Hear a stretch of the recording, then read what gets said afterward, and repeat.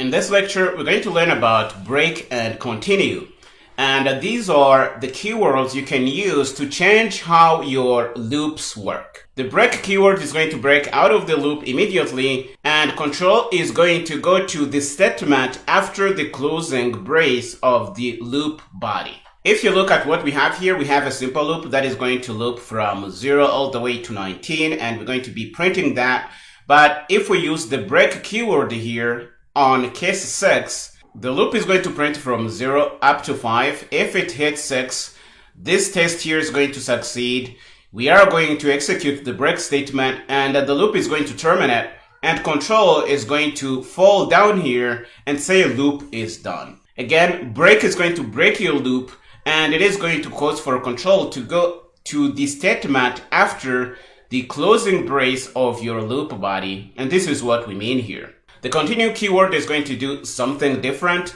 It is going to skip one iteration, and it is going to cause for control to go to the next iteration and keep doing things from there. And again, if we come back to our example here, if we look down here, we have an example that is going to use continue. Again, it is a loop that is going to innocently loop from 0 to 19 and print those numbers. But when I is equal to 6, we are going to continue.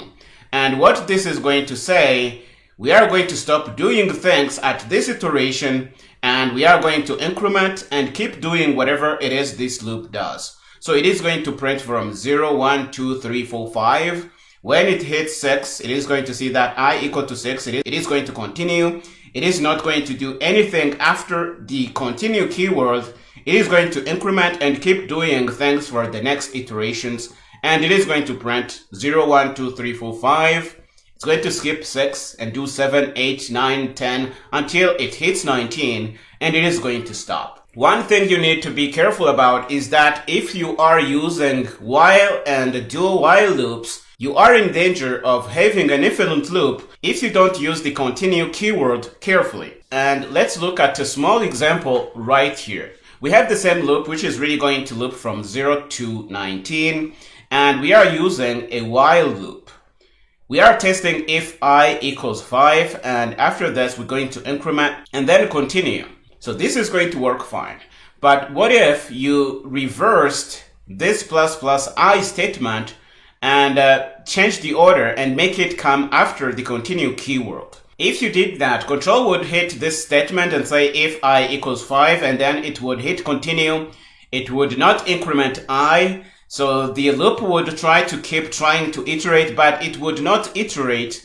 It would stay at 5 and keep running forever, and this is not something you might want. I realize this might not be very clear to beginners, but we're going to do an example in Visual Studio Code, and you're going to see how this can be dangerous. But once you know this problem, you can safely use continue and break with your while loops. And down here you see that we also have a break. If I equals 11, we're going to break the loop, and we're going to cause for control to go after the closing brace of the loop body, and we're going to say loop done on the console. Here is a version that uses the do while loop. It is exactly the same thing. If I is 5, we're going to continue. If I is 11, we're going to break, and things are going to work exactly the way we expect.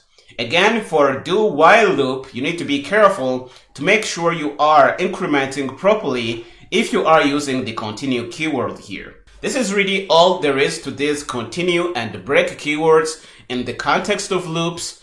We are going to head over to Visual Studio Code and actually play with us. Okay, here we are in our working directory. The current project is break and continue. We're going to grab our template project and take the files in there and put them in the current project. And we're going to open this in Visual Studio Code pretty quick. Break and continue. Open this. And we're going to open the main CPP file. And we're going to take out whatever it is we don't need. The first thing we're going to do is put together an innocent loop that is going to loop from 0 all the way to 19 and print stuff. So we're going to say for. We're going to use the for loop first. We're going to say size ti. We're going to initialize this with 0. Let's put a 0 in here to be super clear. We're going to say I less than 20. Let's not use a hard-coded value. We can do better than this. So we're going to say const size t and we're going to say count, and we're going to initialize this with 20. I think this is going to be much better. And we're going to say I less than count, and we're going to increment I, because this is our incrementation part. And we're going to fall in the loop body and print out whatever iteration we are at. So we're going to say I, and we're going to say I here, and do std endl. If we run this, we're going to get our values from 0 all the way to 19, and this is going to work well. Let's try and build this. We're going to bring up a terminal so that we can see these things. And we are going to run the task to build with GCC. The build is good. Our loop is going to work. If we run this, we're going to get 0 all the way to 19, 20 values, and that's what we expect here. Okay, so let's use the break keyword. What we're going to do here, for example, if we hit 11, let's say that we want to stop things when we hit iteration 11. We're going to say if I equals 11, we're going to break out of this thing. See that we don't put in curly braces because we have only one statement in this if loop. We can do this as well. So if we run this, try to think about what we're going to get and then run. We are going to run basically the same way we've run before, from 0 to 19. So it's going to go 0, 1, 2, 3, 4, 5. It's going to hit 11. We're going to get in the body, and this test is going to succeed. We are going to break out of the loop altogether. We're going to fall outside the loop, and we're going to say std cout loop done. And we're going to basically see numbers from 0 all the way to 10. We're not going to see 11 because we're going to break here, and this statement is not going to run, and the entire loop is going to stop. This is what the break keyword does. It basically breaks out of the loop. Okay, if we try to build this again with GCC for our changes here to take effect, and we're going to clear so that we have no noise in here. You see that we get 0. It's going to go to 10. When it increments and gets to 11, it's going to go in the loop. It's going to test and see that I is actually 11, and it is going to break out of the loop. It's going to go down here and say loop done, and that's the output that we have here. So this is what the break keyword does. But what if we don't want to completely break out of the loop? We want to only skip one iteration and let other things keep happening in the loop. Let's say we don't want to print this 5 here, and we want the output to be 0, 1, 2, 3, 4. We want to skip the 5, and we're going to do 6, 7, 8, 9, 10, and done. We want to skip the 5. We can do that. So we can come in front here and bring things down. And we are going to say if I equals 5, we're going to continue. We're going to go down and say continue. And what this is going to do, it's basically going to say if you fall in here and I is 5, I don't want you to keep doing things at this iteration. I want you to increment and keep doing things for other iterations. The rest here is not going to execute for this iteration here. So we're going to get what we expect. We're going to get 0, 1, 2, 3, 4. When it gets in the body and sees that it is a 5, it's going to continue. So we're going to increment again, and we're going to do for 6. 6 is going to be less than 20. We're going to go in. I is going to be different than 5. So we're going to go down here. I is going to be different than 11. And we're going to go down here and print 6. We're going to increment, and things are going to keep happening until we hit 10. And this break statement is going to execute when the iteration is at 11. I really hope this makes sense, and this is how you can use these keywords if you happen to need these kinds of things in your application. And we are going to build with GCC. We're going to run the task.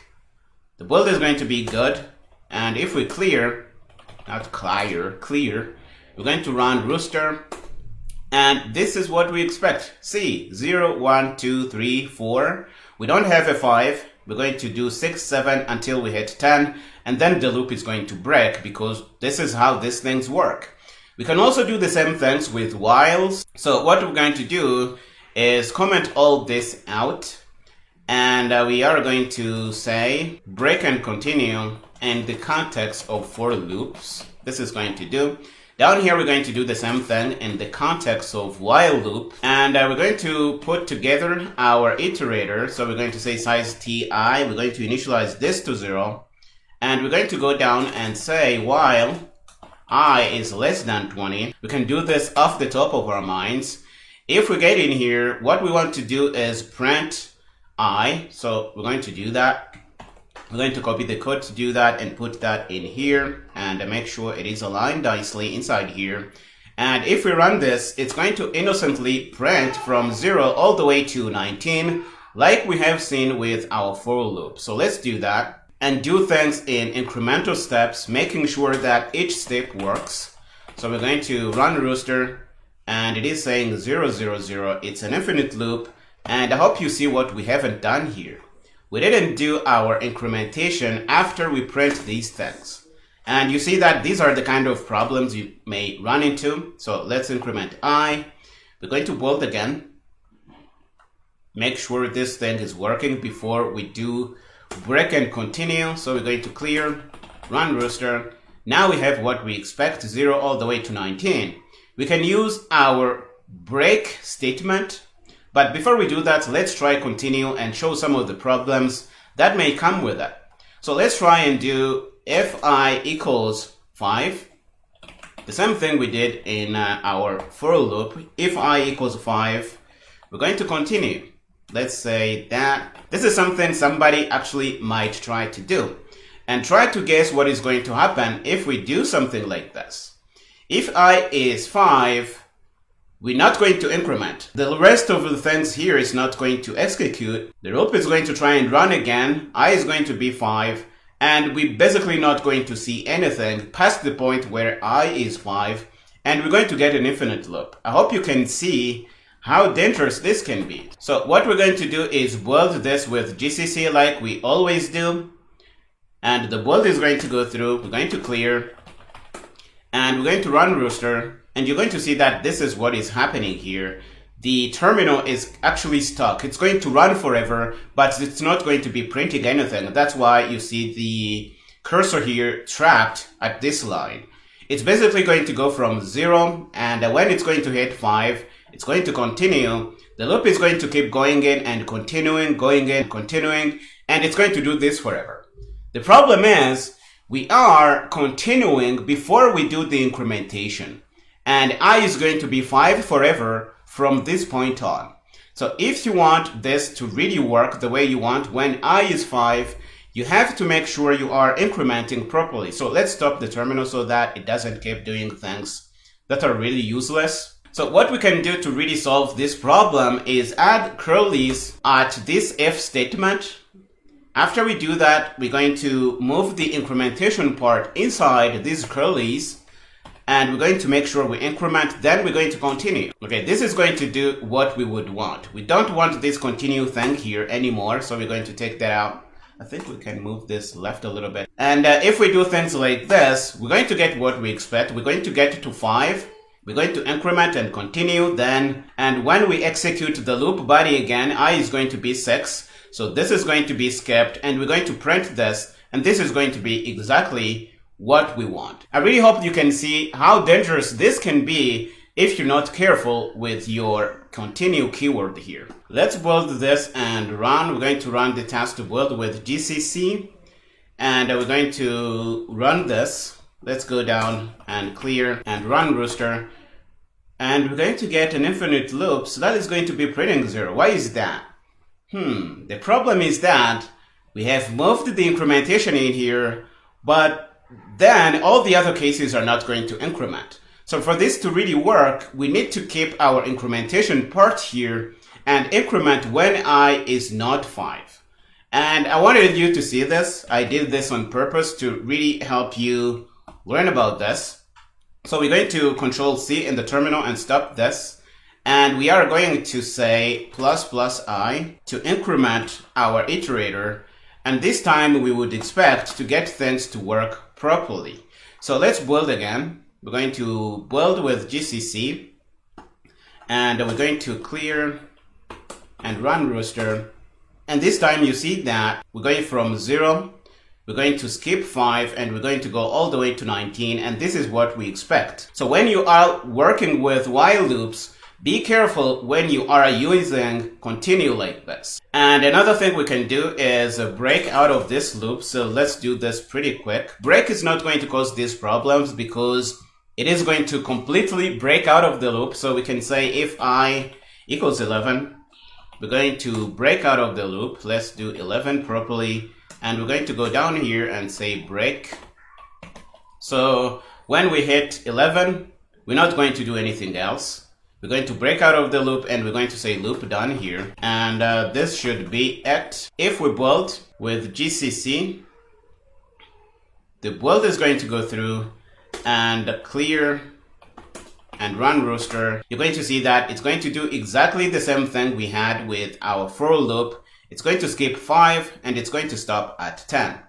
This is how you can use break and continue in the context of a while loop. We're going to go down and do the same thing with the do while loop and make sure this is really complete. So let's go down and do that. We're going to type this so that you can really see this. We're going to say size t, I, and I is going to be 0 initially. And we're going to make sure, no, we can hard code this value in, no problem. So we're going to say do, and we're going to exactly do the same thing we are doing inside the while loop here. So we're going to say if I equals 5, we're going to continue, and if I 11, we're going to break, and we're going to print our thing here. We can copy the entire thing because it's going to be the same. Save time when you can, but be careful when you copy paste stuff because bad things can lurk in. So we're going to do this while I is less than 20. And we're going to put our closing semicolon here, and by this time Visual Studio Code should be happy with our code. So I think this is going to do what we want already because the body is really going to be the same. With do while, what we change is where we put the test, and the do while loop is going to run the code first and do the check later. So we have to make sure this is really doing what we want, but I think it is doing what we want now. Let's try and run actually. We're not sure until we've run our code. So we're going to clear and run rooster. And you see that this is exactly what we expect here. And again, what we are focusing on here is break and continue keywords. And we have seen how we can make use of them in the context of for loops, while loop, and do while loop. I don't think we said that. So let's say that here. Do while loop. And this is really all we set out to do in this lecture. One thing you really need to be careful about is if you are using the continue keyword, and make sure that your loop is incrementing however you want. And once you are careful about that, you're not going to have any problem using break and continue in your loops in your C++ applications. We are going to stop here in this lecture. The next one, we're going to see how we can actually use this to do something useful with the calculator that we have done in this chapter. Go ahead and finish up here and meet me there.